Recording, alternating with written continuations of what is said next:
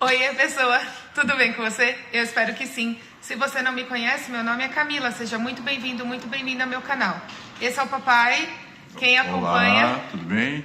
Quem acompanha o canal lembra do vídeo do Dia dos Pais, a mamãe do vídeo do Dia das Mães e o irmão do vídeo da semana passada. Hoje nós viemos falar sobre relacionamento tóxico.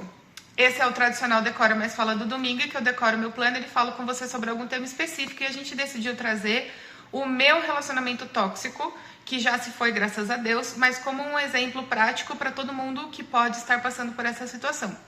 Então, se você é novo no canal, se inscreve e deixa o like. Se inscreva e deixa o like. Se inscreve e deixa o like. Vamos lá? Vamos. Bom, então vamos lá. Se você viu o vídeo da semana passada, você sabe que a gente estava falando sobre dependência emocional, acabamos mencionando o relacionamento tóxico, e aí tivemos a ideia de falar um exemplo prático de relacionamento tóxico, porque às vezes a gente fala de uma maneira muito teórica e fica difícil de identificar a situação na vida, talvez, de uma pessoa que esteja perto de você, que esteja passando por isso, ou até mesmo na sua própria vida. Então, como eu tive a infelicidade de passar por um relacionamento tóxico, a gente decidiu trazer aqui a minha visão de dentro do relacionamento tóxico, a visão dos meus pais desse momento e a visão do meu irmão também como irmão e não como psicólogo. Na semana passada ele estava falando como profissional, essa semana ele vai falar só como meu irmão mesmo. Então, eu vou começar dizendo que a gente já tinha falado. Caso você não tenha visto o vídeo da semana passada, volta lá, assiste ele, depois você vem aqui, que aí você vai entender melhor. O que acontece? Quando a gente falou da dependência emocional e do relacionamento tóxico, a gente falou muito sobre autoestima. E eu fui uma criança obesa, uma adolescente obesa, uma adulta obesa. Fui obesa a vida toda, praticamente. E em dado momento, eu fiz bariátrica. E logo que eu fiz a bariátrica, eu comecei a perder peso. Eu não vou nem entrar no mérito de que os gordinhos são bonitos também, nada disso. Vamos direto para o ponto do relacionamento mesmo. E aí eu comecei a me descobrir novamente e me conhecer, entender o que estava acontecendo, o momento pelo qual eu estava passando, o que era se sentir bem com o seu próprio corpo, que era uma coisa que isso nunca tinha acontecido comigo. Então, eu fui fazer exercício, fui pra academia e tal. E aí, o que aconteceu? Eu conheci um rapaz no lugar que eu trabalhava e eu tava ainda aprendendo a me ver de uma forma diferente, aprendendo a entender o que o meu corpo estava diferente, tava aprendendo a construir minha autoestima. E nesse meio tempo eu conheci esse rapaz, eu tava sem namorar há muito tempo. E a gente começou um relacionamento. A princípio, aquelas coisas mais superficiais, mais bobinhas. E como a gente falou na semana passada na dependência emocional, eu comecei ainda com os problemas de autoestima, comecei a ter uma sensação de que eu precisava dele. Meio que ele era a tábua de salvação, a pessoa que estaria ali do meu lado, que me aceitou como eu era, etc, né? Só que me aceitou como eu era coisa nenhuma. Primeiro porque eu já não era mais obesa. E segundo que ao longo do tempo ele foi tentando me mudar, me moldar. Mas até aí eu não sabia disso ainda, estava no começo. E aí, como todo namoro bonitinho de começo, eu levei ele para conhecer meus pais e meu irmão. Aí a minha mãe olhou para ele e falou: vixe, não gostei. Intenção de mãe é fogo. Não foi? Era muito estranho. Ele era muito estranho. Eu falei assim, porque a Camila sempre teve dúvida. Será ele tá me namorando ou não tá me namorando? Ele tá me namorando ou não tá me namorando? Né? Eu tô namorando, não tô? Ela, como fazia tempo que ela não tinha um relacionamento. Quando ele chegou, eu falei, vocês estão namorando? Ele falou assim, se eu não estivesse namorando, eu não estaria aqui. Eu falei, Camila. Uma necessidade toda de autoafirmação.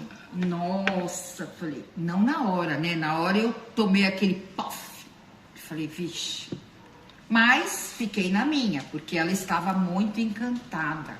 Era um momento novo na vida dela. Ela tava feliz naquele momento. É.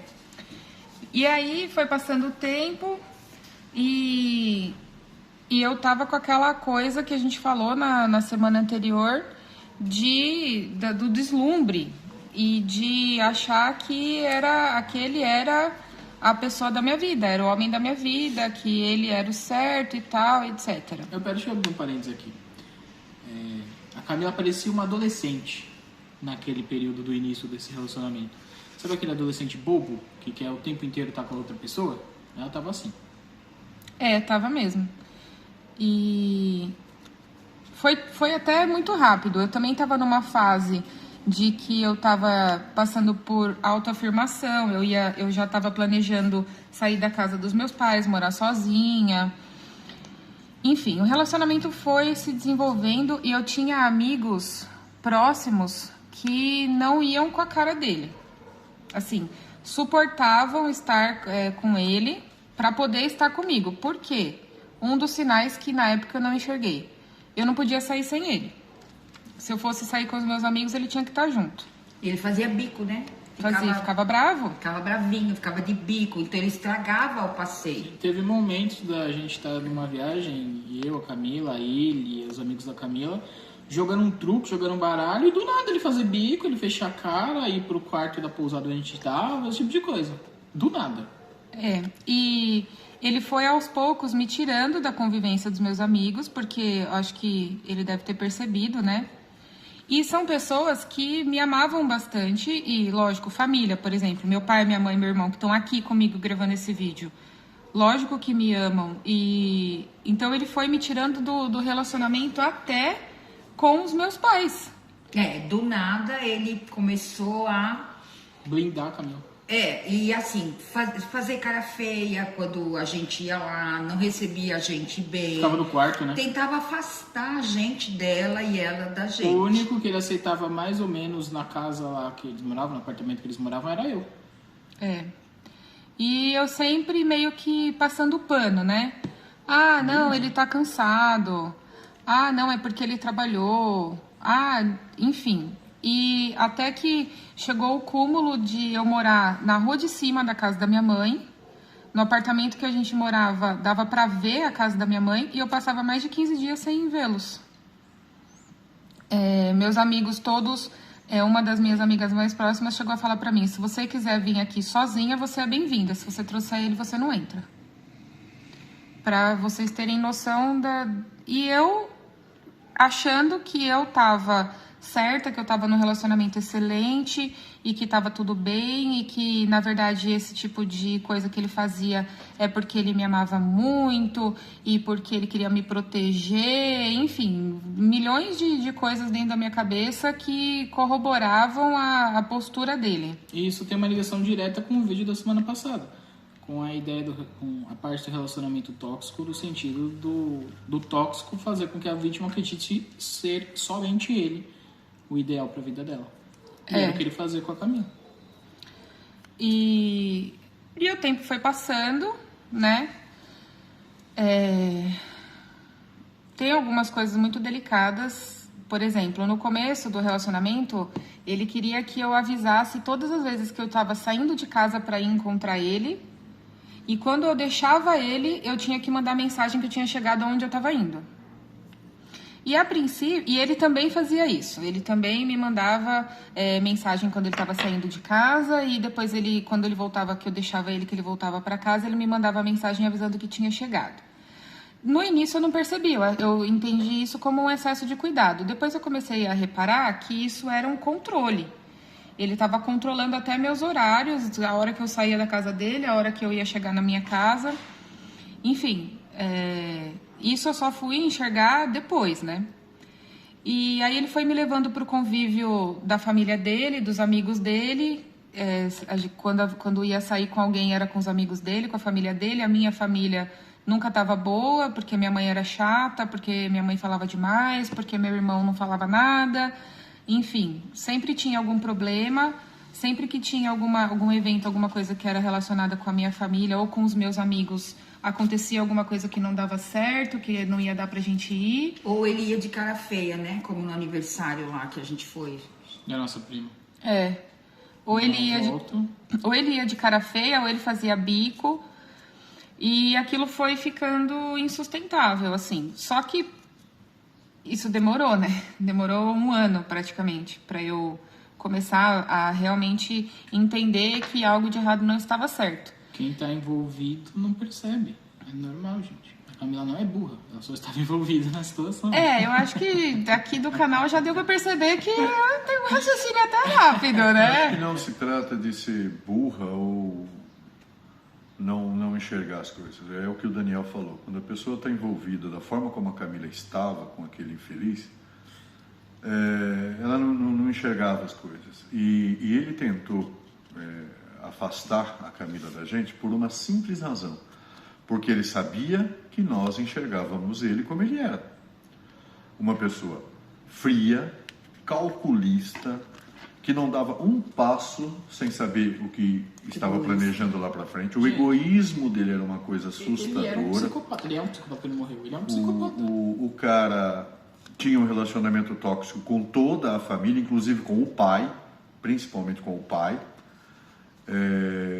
E isso, a gente como pai, como mãe, como irmão, nós fomos enxergando, mas nós achamos por bem, e eu discutia muito isso com a Inês, de ir segurando para que a Camila descobrisse, para que a Camila enxergasse, porque não adiantava a gente querer falar alguma coisa para ela naquele momento. O envolvimento dela era tamanho que ela não enxergaria ou não aceitaria.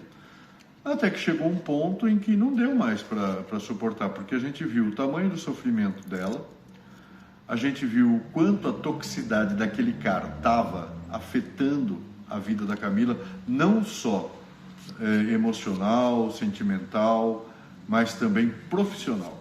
Financeira, porque ele explorou até onde deu, e ela completamente envolvida e cega que estava. E eu entendo essa cegueira da Camila com base no que ela falou no início dessa gravação. Ela estava há muito tempo sem namorar, ela sofreu muito na faculdade, com bullying, com outras coisas em razão da obesidade dela. Ela estava se redescobrindo, né? E ela estava exatamente se redescobrindo, mas essa redescoberta passou por uma tormenta. Né? E essa tormenta era esse cara. Deixa eu fazer só um comentário antes de você falar. Foi muito sábio da parte de vocês não ter tentado expor e falar assim abertamente, porque na situação que eu tava, aí sim que ia ter um racha e eu ia largar de vocês e ia ficar com ele, porque dentro de mim, dentro da minha cabeça, ele que era o certo e todo mundo tava errado. No começo, né? Sim. Mas devagar a gente foi falando. Eu não posso esquecer de um comentário que um grande amigo nosso, já bem idoso, 90 anos de idade hoje, e muito, muito sábio, que tem um carinho, um amor muito grande pela Camila e pelo Daniel. É padrinho do Daniel. É padrinho do Daniel. Nos disse, numa conversa que ele esteve na nossa casa, ele nos disse: eu sei que não vai adiantar vocês falarem agora, mas diga para a doutora, ele sempre brincou, chamou ela de doutora, que não vai dar certo. Esse não é o homem para ela. Inclusive ele citou uma coisa que nós não levamos em conta à época, mas que depois nós entendemos. Ele disse: a diferença intelectual, a diferença entre o que ele acredita e o que ela acredita é muito grande para dar certo. Mas enfim, né, nós ficamos cientes disso e fomos amadurecendo tudo isso e fomos deixando o tempo passar. Naquele momento de redescoberta da Camila, como todo bom predador, ele estava de olho na próxima vítima. A Camila se tornou a presa fácil. Então, mas só que ele encontrou resistência no seguinte sentido. Ele ignorava a gente, ele era frio com a gente, mas a gente não deixava de ir. Uhum. E eu falava pro Valdir, ele pode fazer o que ele quiser. Ele pode virar a cara para mim, ele pode ser frio comigo, mas eu não vou deixar de ir lá, eu não vou deixar de acompanhar a Camila. Então isso irritava ele, porque na verdade ele queria que a gente Desistisse, exato. Deixasse ela com ele lá, assim. Eu acho que teve um episódio que eu até me estranhei na época, porque eu confesso a vocês, como pai, né, a gente sempre imagina um monte de coisa para os filhos, que é o melhor para os filhos. E eu sonhava com algumas coisas para Camila, para o Daniel, ainda sonho, né? E um dia, assim, ainda muito recente o relacionamento, Camila e ele chegaram em casa e a Camila me disse que queria se casar. 6 meses de relacionamento. Nem isso acho que tinha ainda, nem 6 meses. E eu acho que fui iluminado naquele momento e eu disse para ela: qual é o problema? Você quer morar junto com ele? Quero. Tá bom, então vai morar com ele, mas não case. Foi mesmo. Não se case. Viva junto, porque a gente sabe que só quando junta as escovas de dente é que a gente realmente descobre e enxerga tudo como é, né? Deixa eu abrir um parênteses aqui que não tem nada a ver com o assunto. Esse aqui você tem que fazer mais bonito, viu, esse dia aqui. Ah, é só porque é seu aniversário. É lógico. Então eu penso que esse relacionamento tóxico da Camila trouxe muito sofrimento para ela, trouxe muita dor. Mas de todo relacionamento que a gente sempre tira um aprendizado, a gente sempre tira uma coisa muito boa. E a gente sai fortalecido. A Camila saiu muito mais fortalecida desse relacionamento, amadureceu bastante, né? Apesar de que ainda faz umas cagadas de vez em quando, como normal, né? Eterna adolescente que vai ser, não tem jeito. Brincadeira. Mas durou um certo tempo até que ela acordou. Chorou muito, sofreu muito. Muitas noites eu acho que é importante dizer aqui que se você tem alguém próximo de você que você enxerga que está passando por isso, não adianta abordar batendo de frente, dizendo: você não enxerga, você está no relacionamento tóxico. Eu tive alguns amigos que fizeram isso e a primeira coisa que eu fiz foi me afastar deles. Porque eu cheguei a dizer: você não quer a minha felicidade. Tamanha a rede onde eu estava, né? Então essa não é a melhor abordagem. Mas o que foi uma boa abordagem, que funcionou muito bem comigo, que a gente estava falando aqui agora há pouco, manter próximo. Se mantiveram próximos de mim, sempre ali que eu precisei de um apoio, sempre que eu precisei de uma ajuda, de alguma coisa, estavam ali comigo. Meus pais e alguns dos meus amigos também permaneceram com essa abordagem. E, por fim, eu percebi. Por fim, eu me enxerguei. Porque a gente não maltratava ele. Não. Então, ele não tinha motivo para virar a cara ou para ficar... E como que ele ia afastar a gente dela se a gente nem maltratava ele? Não dava motivo para ele Não ter dava uma motivo. desculpa, né? Eu sempre defendi uma tese, e eu uso muito isso como eu sou professor de algumas disciplinas de humanas, dentre elas a antropologia, e quando a gente começa a fazer um estudo do homem, dessas coisas, né, do homem enquanto ser humano, não enquanto sexo, né, a gente analisa ao longo da história da humanidade que nenhum relacionamento se dá bem se não houver antes a amizade. E o que é essa amizade? Essa amizade é o conhecimento, os primeiros contatos, até que se descobre uma coisa a mais do que uma mera amizade. E no caso da Camila, não houve esse tempo. Não. Ela mergulhou de cabeça no relacionamento. Conheceu o cara, achou que era um deslumbre, e cegamente se entregou, né, a esse relacionamento, e ele soube aproveitar muito bem. É claro, como toda pessoa, acredito que ele tenha também suas partes boas, mas infelizmente a gente não conheceu essa parte boa. Para vocês terem ideia, houve um momento em que eu fui fazer terapia durante esse relacionamento. E a terapia foi se encaminhando para uma, entre aspas, descoberta de que eu estava num relacionamento ruim. Então, o que eu fiz? Eu fugi.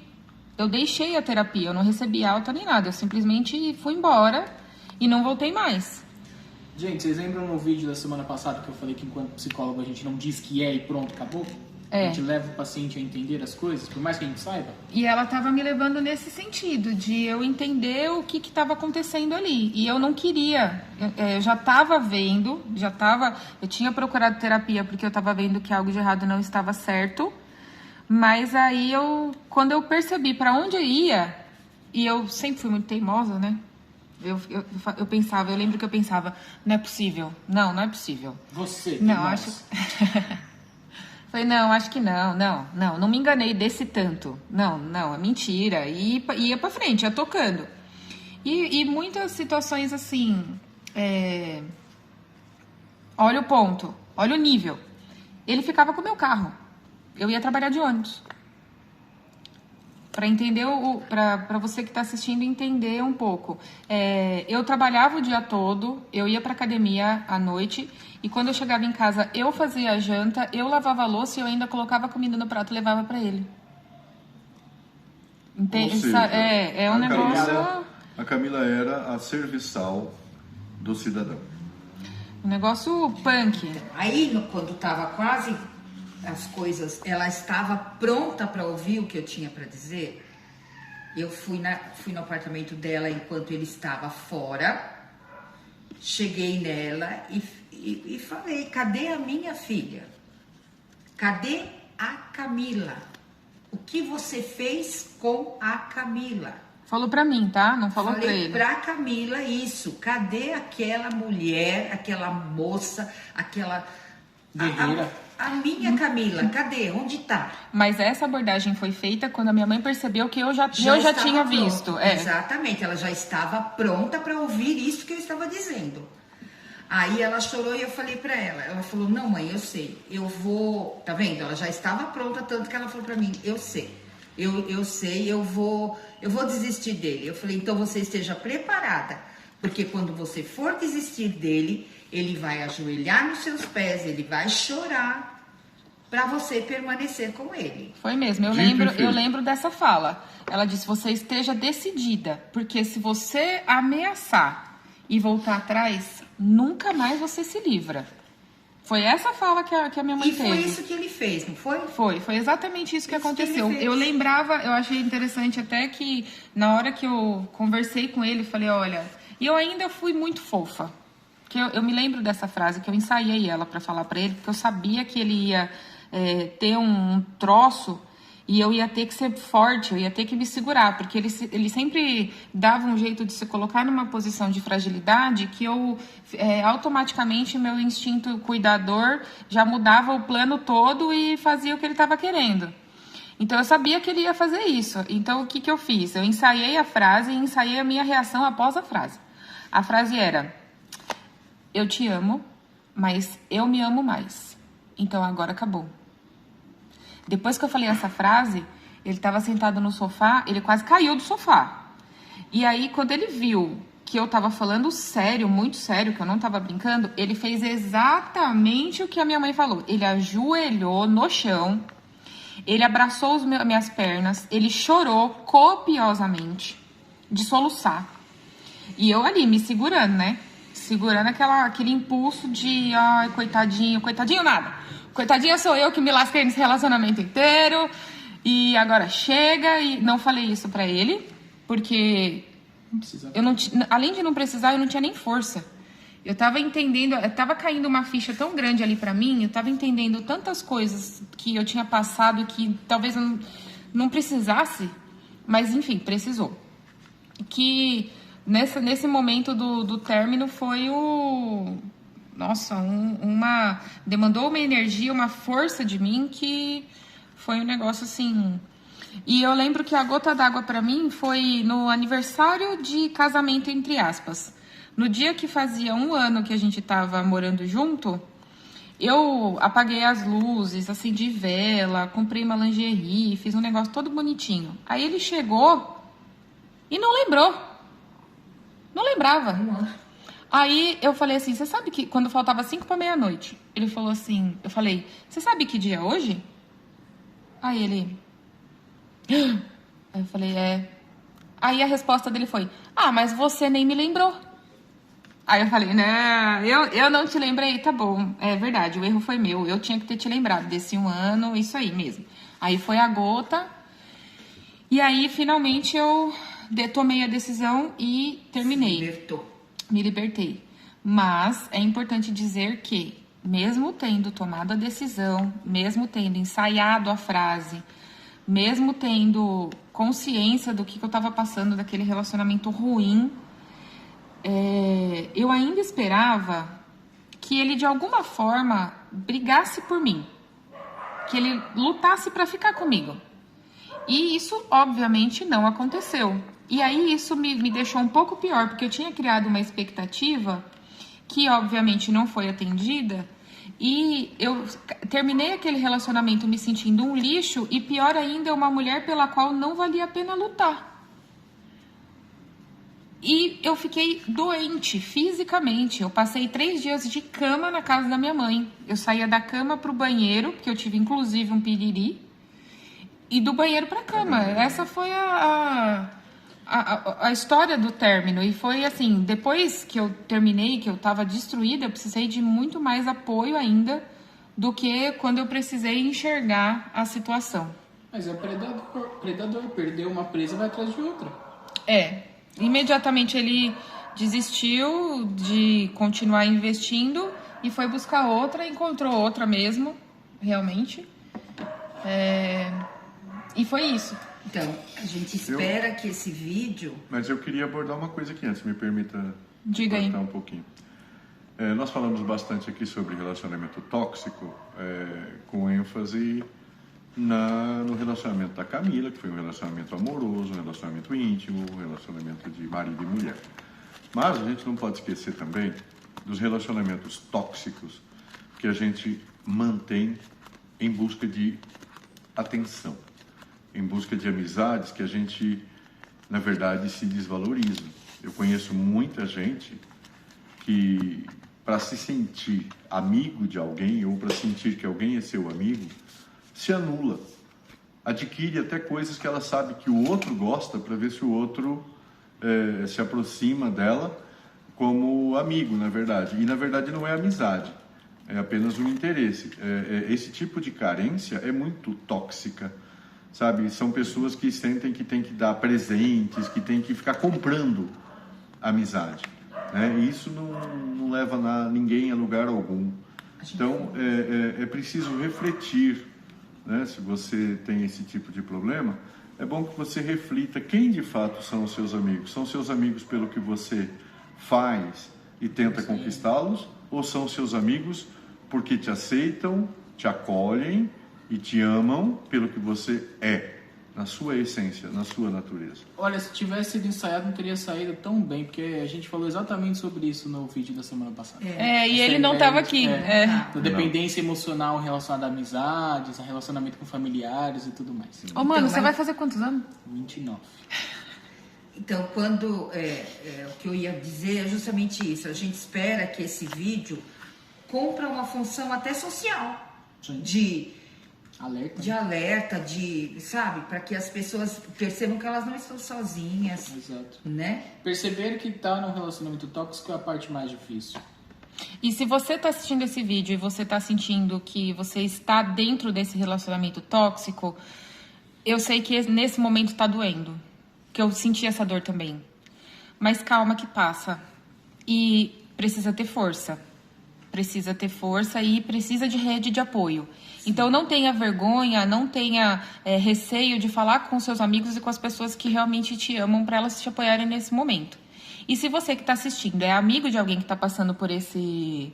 Se você que está assistindo é amigo de alguém que está passando por um relacionamento tóxico, aqui eu acho que a gente trouxe algumas estratégias, algumas ideias de como você pode lidar com a situação.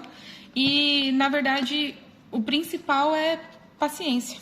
E assim, gente, você que está passando por um relacionamento tóxico, tenha em mente que aqueles que vão te alertar vão falar coisas que você não vai querer ouvir. Vão falar coisas que de início o primeiro impacto vai ser: nossa, ele está me ferindo, ele está querendo o meu mal, ele está me falando coisas para me machucar. E não é isso.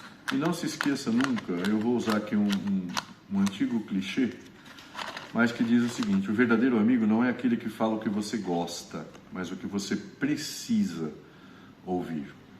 E muitas vezes essa necessidade que a gente tem, mas não quer enxergar, daquilo que nós precisamos ouvir, dói, ela vem como uma faca, muitas vezes a nos espetar.